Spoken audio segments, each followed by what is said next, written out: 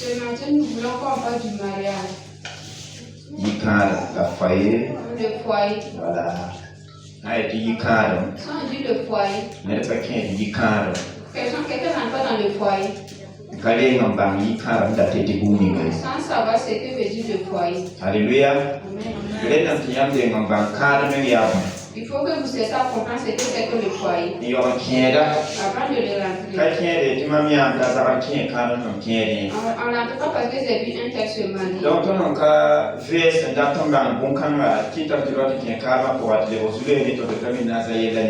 Comme on ne vérifie pas avant de rentrer, souvent nous avons des difficultés. Je dis encore, au moment que tu rentres dans le foyer, il faut que tu saches.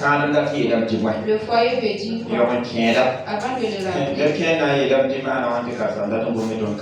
Nous dirons pourquoi le papier veut nous parler du foyer ce matin. Souvent vous faisiez des choses à son temps. Un pasteur, si entretient l'église, il doit savoir les difficultés de tout un. Mais plusieurs fois, il doit causer avec Dieu. Pour que Dieu le montre ce qu'il doit faire.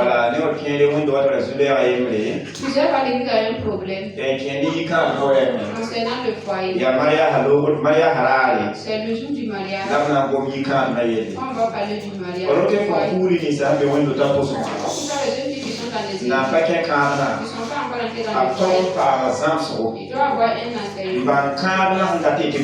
Savoir ce que veut dire le foyer. Avant de rentrer dans le foyer.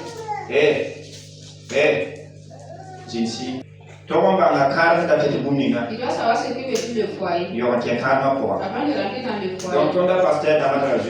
Nous les pasteurs, nous avons une difficulté. On ne les apprend pas. On n'apprend pas les jeunes garçons. Chacun croit celui qui veut. La fille est belle. Le jeune est belle. Il a de l'argent. Pourquoi ce n'est pas cela le foyer? Comment que Adam et Ève étaient dans le foyer? Il ne parlait pas de l'argent. Il ne parlait pas de la beauté. Le foyer a commencé de là avec les premières personnes. Donc, Si nous comptons avec les versions bibliques, nous allons voir que c'est que les gens s'appuient pour entrer dans le foyer dans la Bible ne sont pas. C'est ce qui fait qu'il y a plusieurs problèmes dans les foyers. Alléluia. Amen. Et là, mon sang, et comme Seigneur s'appuie là, Aïba, Seigneur verset, Ayoba, tu dis, Nous allons nous dans Genèse chapitre 2, verset 6. Genèse chapitre là, Aïba. Chapitre 2. Seigneur verset Aïba. Commençons au verset 2.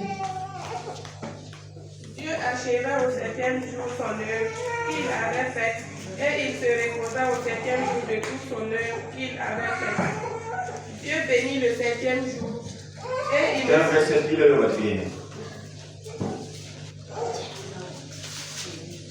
L'Éternel Dieu donna cet ordre à Adam: tu pourras manger de tous les arbres du jardin, mais tu ne mangeras pas de l'arbre de la connaissance du bien et du mal, car le jour où tu en mangeras, tu mourras. L'Éternel Dieu dit: il n'est pas bon que l'homme soit seul. Il n'est pas bon que l'homme soit seul. Je lui ferai une aide semblable à lui. L'Éternel Dieu forma de la terre tous les animaux des champs et tous les oiseaux du ciel, et il les fit venir vers l'homme pour voir comment il les appellerait, et afin que tout être vivant portât le nom qu'il lui donnerait l'homme. C'est comme. Moi, je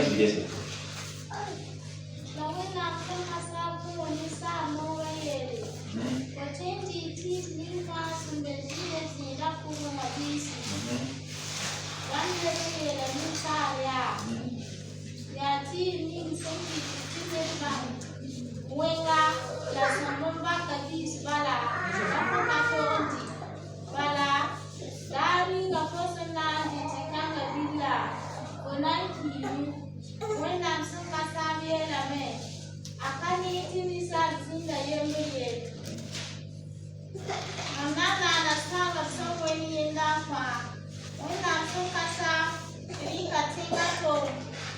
Aman, we will suffer.